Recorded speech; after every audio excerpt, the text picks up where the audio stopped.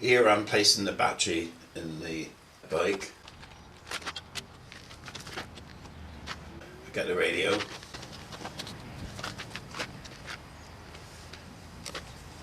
I've now connected the battery on the motorcycle, enabling the gyro to wind up. Just checking the steering and so on, and it's ready to go. It's a little bit shaky there. I'm oversteering.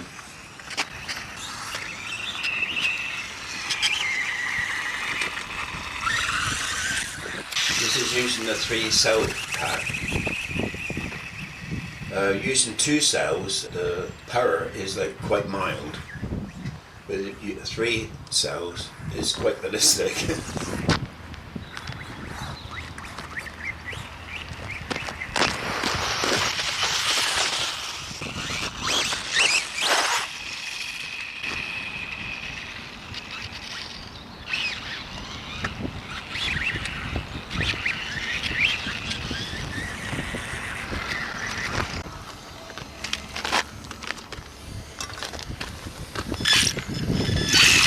There's a tiny bit of play in the steering which I need to remove.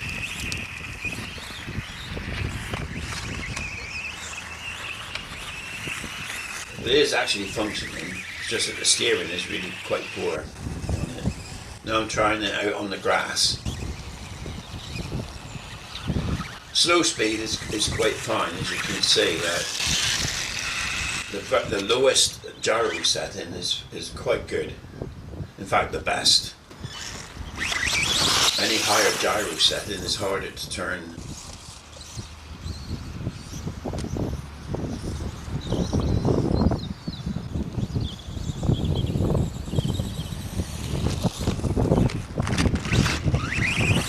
As you can see, slight acceleration on the throttle and it will do a somersault, which is not good. You usually end up breaking the rider himself, either the body at the waist or take his head off. So the acceleration is too violent, there's not enough control on the transmitter. Steering is too violent, not enough control. In fact, I would say not enough control. It means that you correct and you overcorrect each time.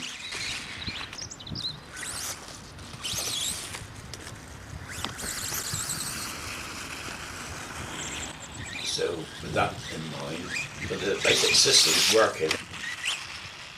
I'm running on a Spectrum transmitter that I think came with the bike. Pretty sure it came with the bike. I'm not a Spectrum transmitter fan. Long ago I was always Futaba. Went to Multiplex and Walkner. Back to Futaba.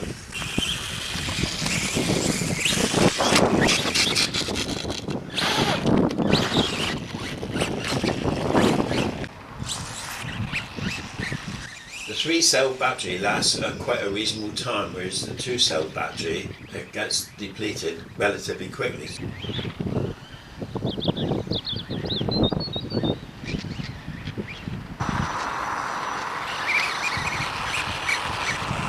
There's a lot less watt hours on 2-cell battery.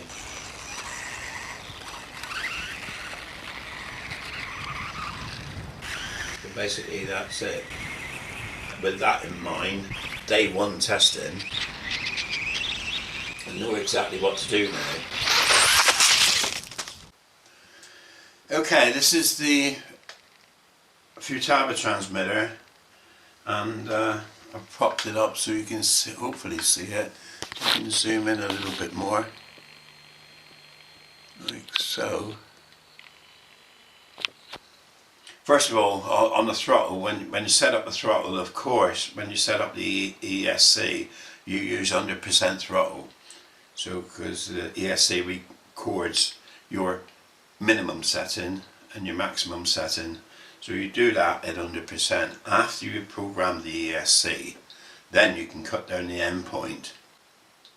So user menu. Now, endpoints. On my throttle I've got 80 forward, obviously no brake, so 80% throttle. Now on the steering I've got 60 one way and 50 the other. It's just like a slight imbalance on the way the servo's physically connected. And on the right hand side, or the starboard side, or the off side, whichever way you want to put it, is the linkage that operates the steering. Exponential, my steering curve, as you can see, I've got minus 60 exponential. I don't know if you can actually see that or not.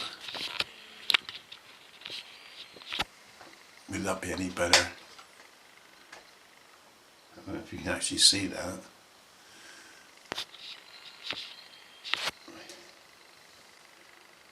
But minus 60 exponential on the steering. The throttle curve is actually, I started off with a straight line, but I realised that I don't want any surge at the top end, because that's what's making him do the somersaults. So I've eased it off at the top end. So exponential rate plus 45%. So that's on the throttle curve. So everything should be fine. So that's basically it. That's all I've done.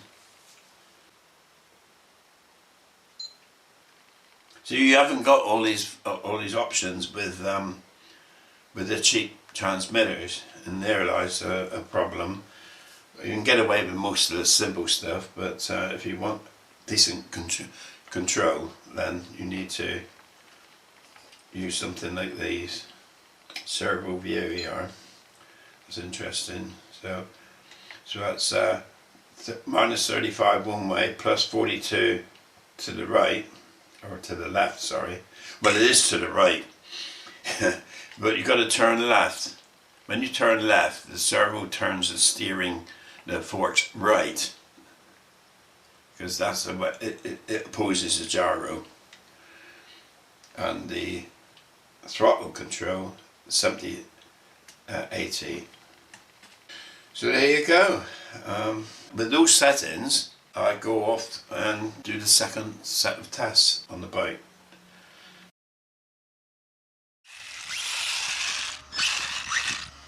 After the modifications, and you can see I got far better control over the throttle.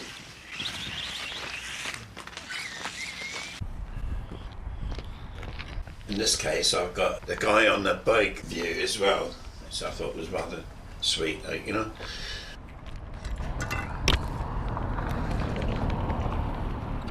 Here I'm replacing the battery.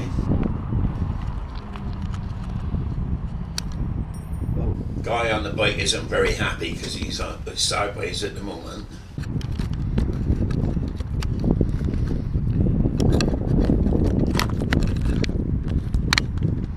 So this is after the modifications I've made to the transmitter.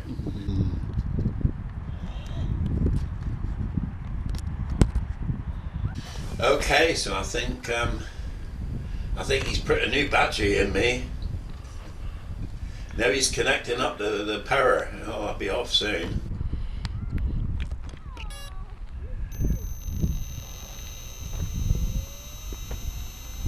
No doubt, wait for the gyro to spin up. And here we go.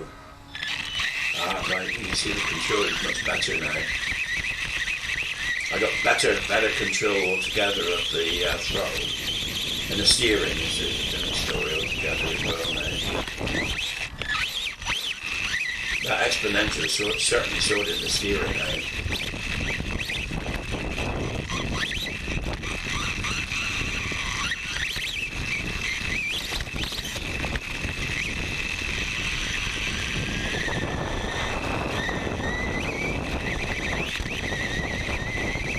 By the way, this is all laid back at normal speed.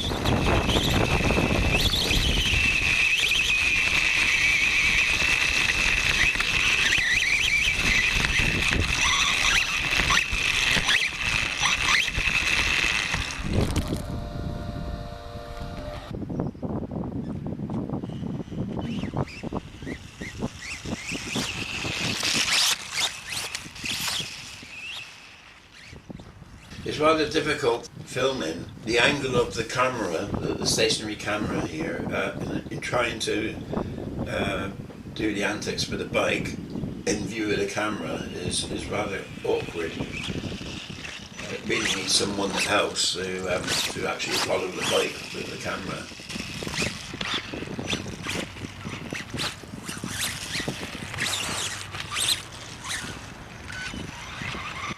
Here I'm just getting used to controlling it properly again, and the steering is really well behaved now. Can do some good high-speed runs without disasters happening.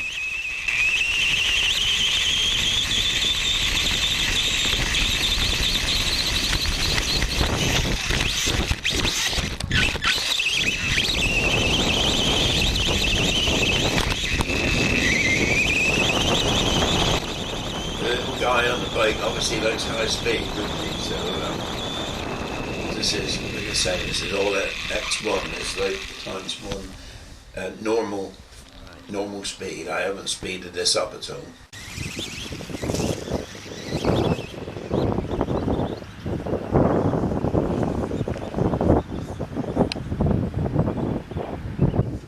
The range is okay as well. This is the first time I've tried out the Futaba Transmitter.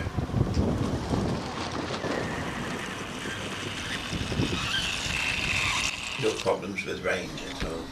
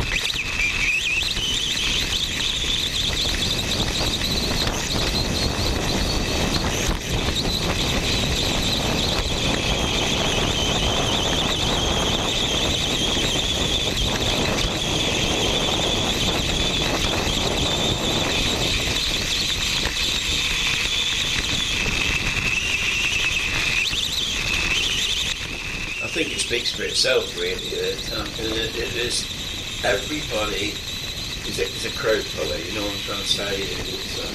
The children loves it, and the grown-ups love it as well.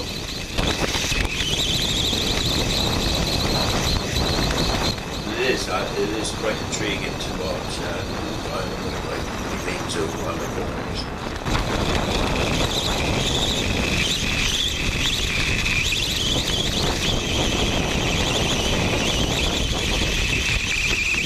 I think it needs a dummy fuel tank.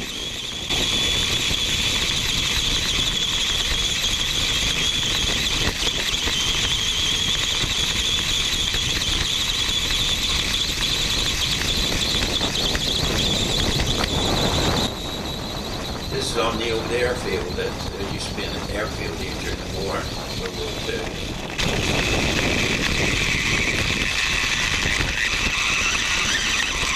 That was the parry track there.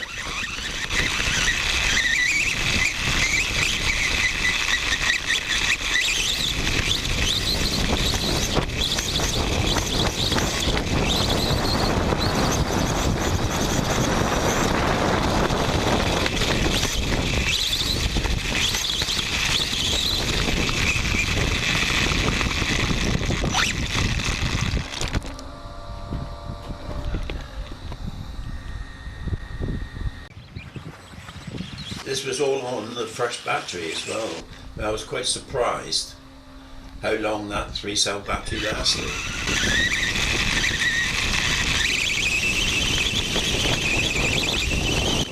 Can't recall it, the batteries lasting that long. Mind you, it was a 2800 milliamp battery, 3S. Whereas normally I would put it in a 3-cell sort of 2.4. which I had loads of. But I have got a couple of 2800s that will just fit in the case, so that's what I was using here. When I realise I'm heading for a boulder, I do cut off the power because you will damage the motorbike. If you drive into something like that, you would damage the motorbike. So at the last second, when I realise I'm going to hit something solid, I cut the power. I haven't got brakes, but it slows down pretty rapidly.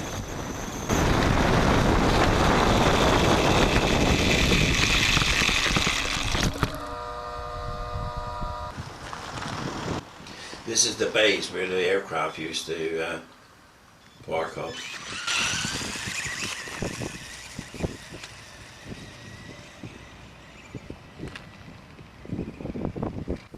I think a rider could do with a bit more colour, perhaps a blue helmet or something.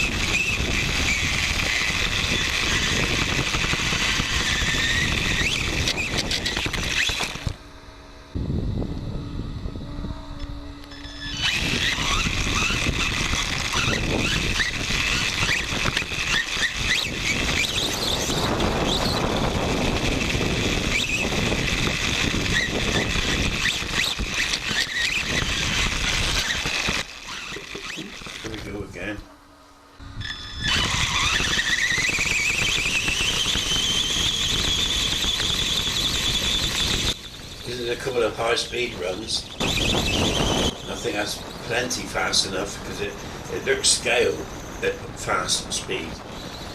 So I'm glad I actually cut the throttle setting down from 100%.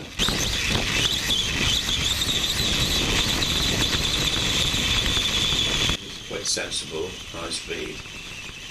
Again, I've got to say, this is all at playback at ×1.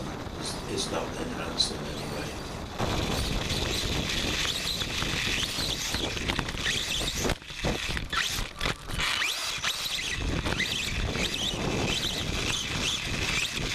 And that's it. That's the little motorbike.